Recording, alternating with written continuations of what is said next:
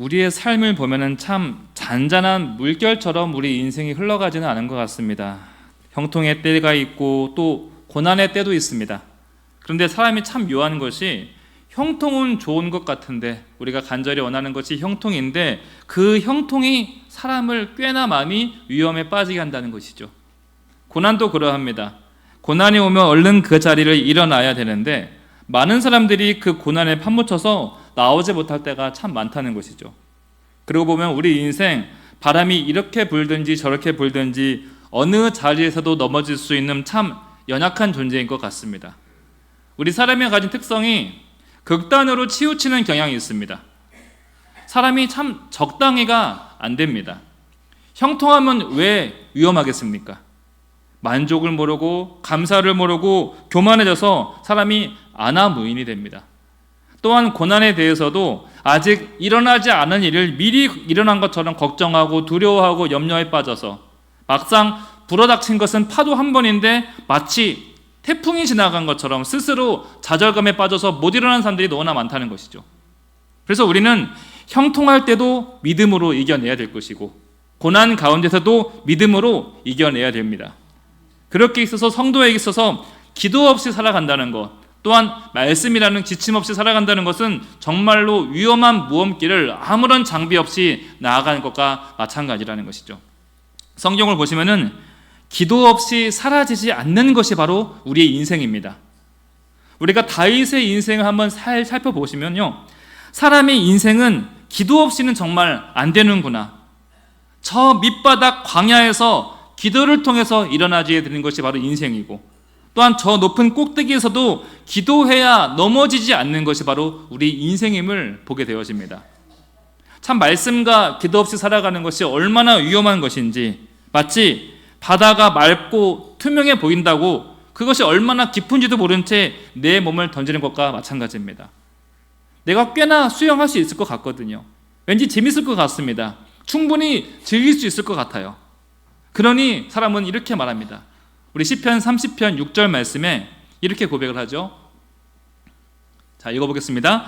내가 형통할 때 말하기를 영원히 흔들리지 아니하리라 하였도다. 이 고백을 다윗이 한 겁니다. 형통할 때, 믿음이 있는 사람도 조금만 긴장을 놓치면 내가 형통할 때 영원히 흔들리지 않을 것 같다, 이런 품지 말아야 될 생각도 품게 되어진다는 것이죠.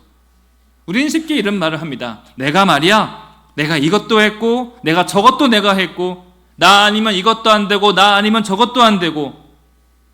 안 되게 왜 안 됩니까? 오히려 그 교만이 내가 걸림돌이구나, 내가 주변을 지금 힘들게 하고 있구나, 이 생각을 못하게 한다는 거예요. 그래서 우리는 기도 없이 살아간다는 것, 말씀 없이 살아간다는 것이 얼마나 위험한 것인지를 알아야 될 것이고, 내 본성으로, 내 성정과 내 감정으로 살아보면은 어느 자리에서든지 넘어질 수 있다는 사실을 우리는 늘 인지하고 기억하며 살아가야 됩니다. 따라서 우리는 지침이 필요합니다. 형통할 때는 어떻게 살아야 될까요? 우리는 예배로 살아가야 됩니다. 예배의 자리에서 말씀을 대하고 찬양을 부르며 기도를 해야 우리 안에 있는 교만이 다스려집니다. 여러분, 이 교만은 사라지지 않습니다. 내 삶의 형통이 있는 한, 내 삶이 평안한 한 언제 교만이 튀어나올지 모르기 때문에 우리는 늘 예배의 자리를 지키고 예배를 붙들어야 된다는 거예요. 반면 고난 중에 있는 사람은 살 길이 하나밖에 없습니다. 야고보서 5장 13절 말씀인데요, 함께 볼까요? 자, 시작. 너희 중에 고난 당하는 자가 있느냐? 그는 기도할 것이요. 고난 앞에서 우리가 할 거는 이거밖에 없습니다. 오직 기도라는 거예요. 이것이 고난에 대한 성경의 공식적인 입장입니다. 하나님께서는 고난을 있는 그대로 맞으라고 안 하세요. 혹시 그 고난이 내 죄로 인한 고난이라면 기도를 통해서 회개하고 변화되어야 될 것이고, 이 고난이 환경 때문에 생긴 고난이라면 기도를 통해 이 환경을 일어서야 할 것이고요, 이 고난이 하나님의 뜻이 있는 고난이라면 기도를 통해서 이 고난의 목적과 하나님의 뜻을 발견할 줄 알아야 된다는 겁니다. 따라서 고난 외에는 무조건 기도입니다. 기도는 고난을 통과하게 하고 인내라는 열매를 맺게 하고 소망이라는 응답을 우리에게 안겨줍니다.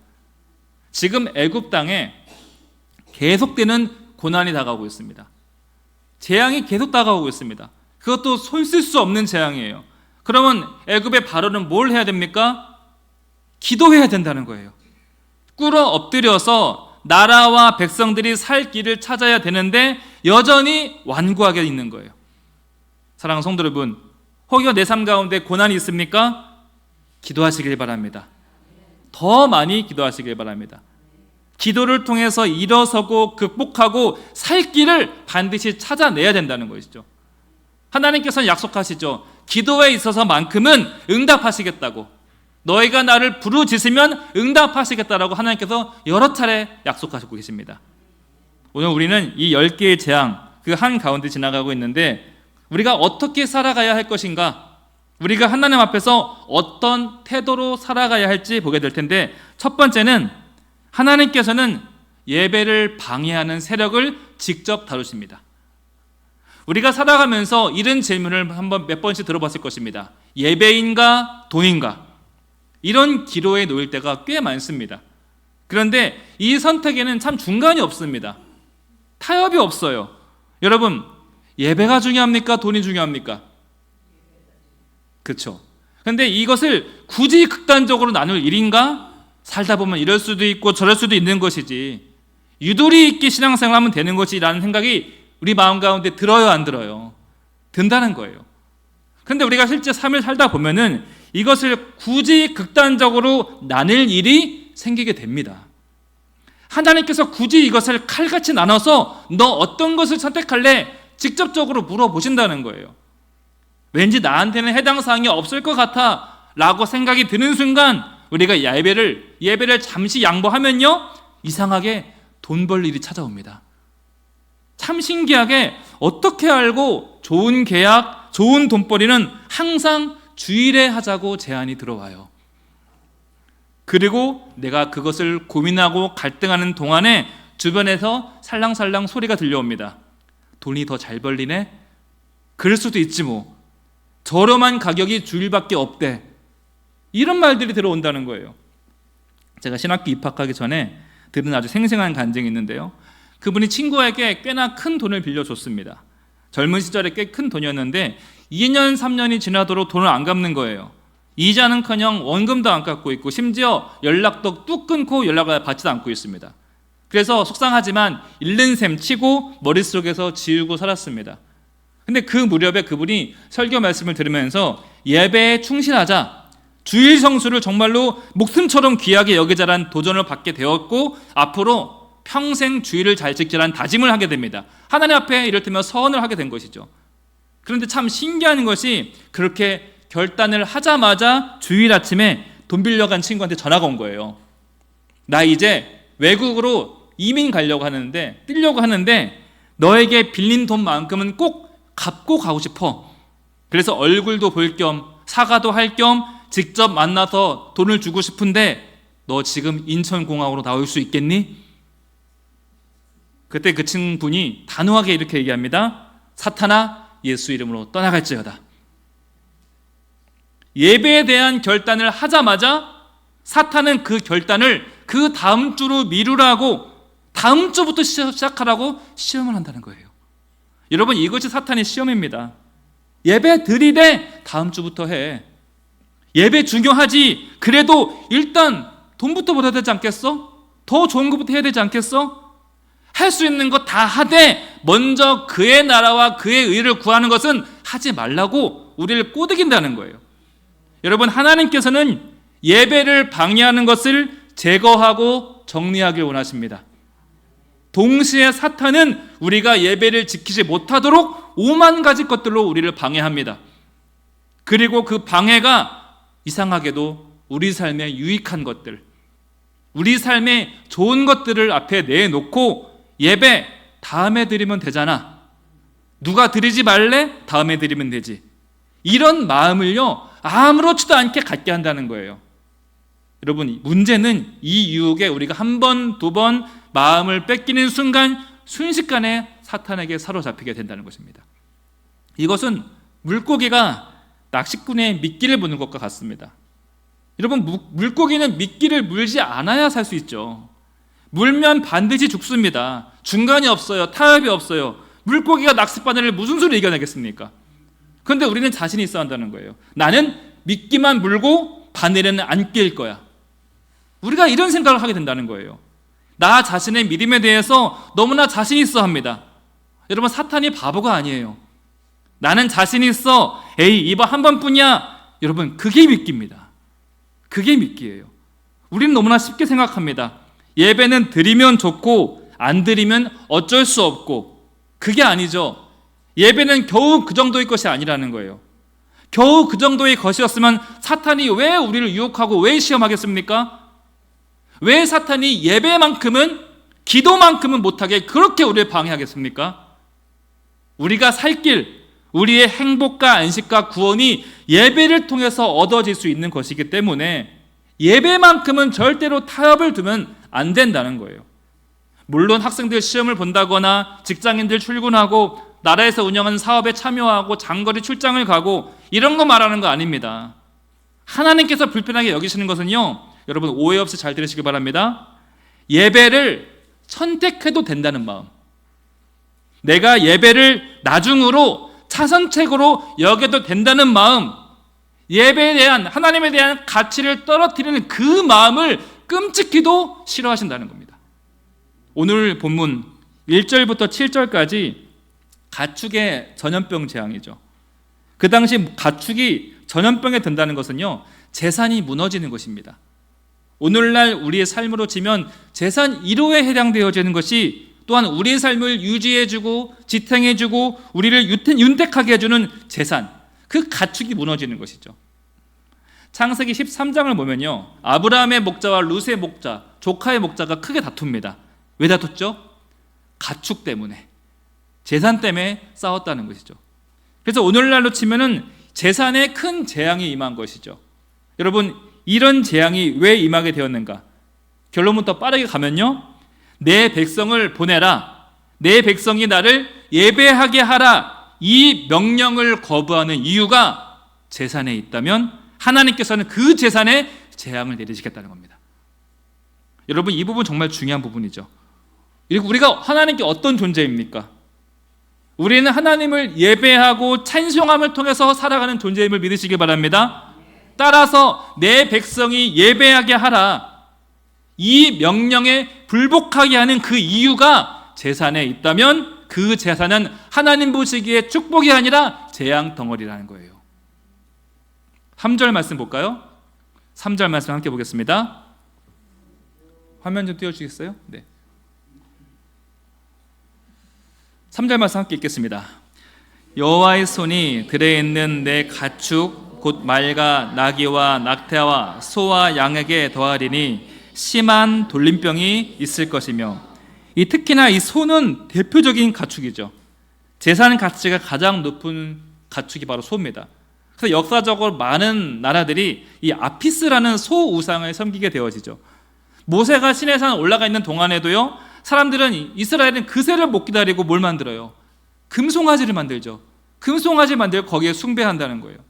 사람들은 하나님이 아니면 반드시 돈을 찾는 존재입니다. 하나님 외에 다른 신을 섬기지 말라고 할 때 그 신이 딴 게 아니에요. 돈 우상, 재물 우상이라는 거예요. 지금도 그렇습니다. 지금 미국의 뉴욕 그 증권가 한 가운데 황소의 큰 상이 있습니다. 큰 황소상이 있어요. 이게 그냥 세운 게 아니에요. 돈의 흐름이 넘치게 해달라는 인간들의 소망, 부유함이 끊이지 않고 지속하게 해달라는 그 소망을 담아서 거기다가 황소 아피스 신을 세우게 됐다는 것이죠. 그만큼 사람들은 돈을 사랑합니다. 재물을 추구합니다. 돈에 있어서만큼은 적당히를 모릅니다. 그리고 그 돈에 대한 집념, 돈에 대한 집착은 내 의지로 막아지지가 않는다는 거예요. 어떤 어른이 이제 임종이 다 된다고 해가지고 급하게 가게 됐습니다. 이제 숨 넘어가기 직전인데 그 와중에도 그분은요, 딴 걱정 안 하고 재산 걱정하고 계시는 거예요. 내가 살아있는 한, 아주 재밌었어요. 내가 살아있는 한 돈과 통장과 집과 땅 무엇 하나 다 내 이름으로 그대로 두라는 거예요.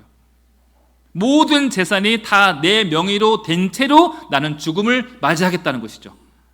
지금 곧 죽을 텐데 이 돈에 대한 집념을 놓지 못한다는 겁니다. 여러분, 하나님이 우리에게 하신 명령이 무엇이었습니까? 1절 말씀 보겠습니다. 1절 말씀 한번 스크린 띄워주세요. 자, 읽겠습니다. 하나님 여호와께서 말씀하시기를 내 백성을 보내라. 그들이 나를 섬길 것이니라. 이 말씀을 표준세 번역으로 다시 한번 보도록 하겠습니다. 자, 시작. 주 하나님이 이렇게 말씀하신다. 나의 백성을 보내어라. 그들이 나에게 예배 드리게 하여라. 이게 목적이라는 거예요. 내 백성을 보내라. 재산에 대한 집념과 소유에 대한 집념을 멈추라는 것입니다. 여러분, 사람들은 중독됩니다. 중독이 무엇입니까? 멈추질 못하는 거예요. 하루 종일 그 생각만 나서 멈추질 못하는 것이 중독인데, 그러나 예배가 우리를 그 중독에서 멈추게 해준다는 거예요. 여러분, 예배는 중독의 사슬에서 끊게 해줍니다. 끊고 멈추고 하나님 앞에 나오는 거예요. 하던 일을 멈추고 중단하고 주님 앞에 나오게 하라는 겁니다. 이것이 하나님께서 우리에게 주시는 강력한 요청이고 명령이라는 것입니다. 누구도 우리의 삶을 완성 못합니다. 쉬지 않고 몇십 년을 일해도 세상 가운데 절대로 완성이라는 것은 없어요. 학생들 쉬지 않고 공부를 해도요, 채워지지 않습니다. 반드시 쉬고 멈춰야 내 머릿속에서 정리가 돼요. 운동도 그렇습니다. 3, 4일 열심히 운동을 하고 멈추고 쉬는 동안에 내 몸 안에 운동신경이 쌓이게 되고요, 쉬는 동안에 근육이 만들어진다는 거예요. 또한 우리는 일을 멈추고 충분히 쉬고 잠을 자야 내일 그 다음 일을 할 수 있다는 거예요. 여러분, 멈추는 것은 결코 손해가 아닙니다. 하나님이 의도적으로 멈추게 하신 거예요. 우리에게 주신 안식은 너무나 귀한 선물이라는 것입니다. 그래서 예배란 무엇이에요? 하나님, 나는 여기까지입니다. 이제 주님 손에 맡겨드립니다. 이걸 고백하는 거예요. 나는 여기까지가 최선입니다. 주님께서 완성시켜 주세요. 이것을 고백하는 것이 우리의 주일 예배라는 거예요. 따라서 우리가 주일을 지키며 안식일을 거룩하게 지킨다는 것은 두 가지입니다. 여러분, 이거 외우셔야 돼요. 화면 한번 띄워주십시오. 자, 첫째, 시작. 하나님이 복을 주신다. 둘째, 하나님이 책임져 주신다. 복 주시는 하나님을 믿고 예배드리는 것, 책임져 주시는 하나님을 믿고 예배드리는 것, 이것이 우리가 주일 예배 드리는 그 신앙 고백이라는 거예요. 우리는 물론 최선을 다하지만 스스로는 절대 완성할 수 없는 인생이에요.